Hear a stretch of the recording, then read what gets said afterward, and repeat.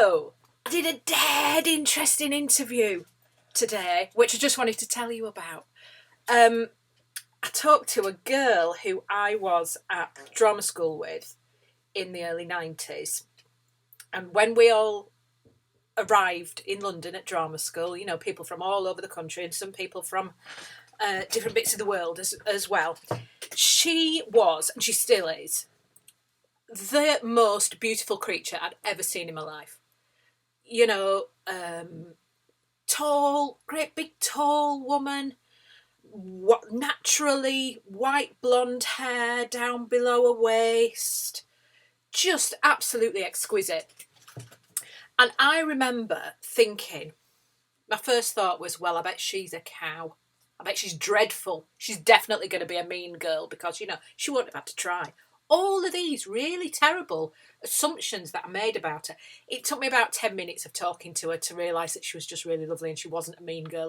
You know, she was brilliant and funny and clever and just happened to have this outside shape.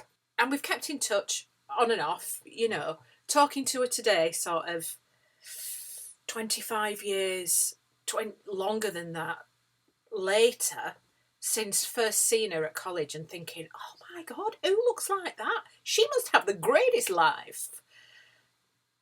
It's been really brilliant to unpack the perceptions that I had about her because of what she looks like and how she actually felt. And the difference between these stories I'd made up in my head and how she was, how she felt in herself.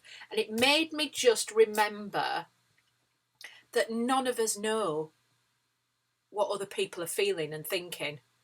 And I think if there's a gap, if there's a bit of a vacuum of information, it's natural to kind of invent a story to place on another person. But that doesn't mean that's what they are. Doesn't mean that's what they're thinking and feeling.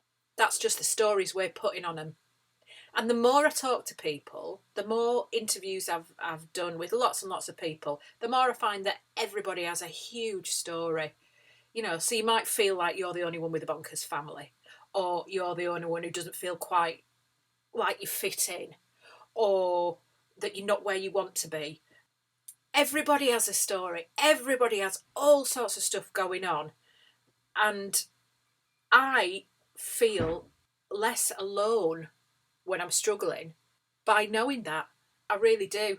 And it was so wonderful to talk to this woman and such an eye-opener to hear how irrelevant her appearance was to her and how hugely relevant it was to everybody else.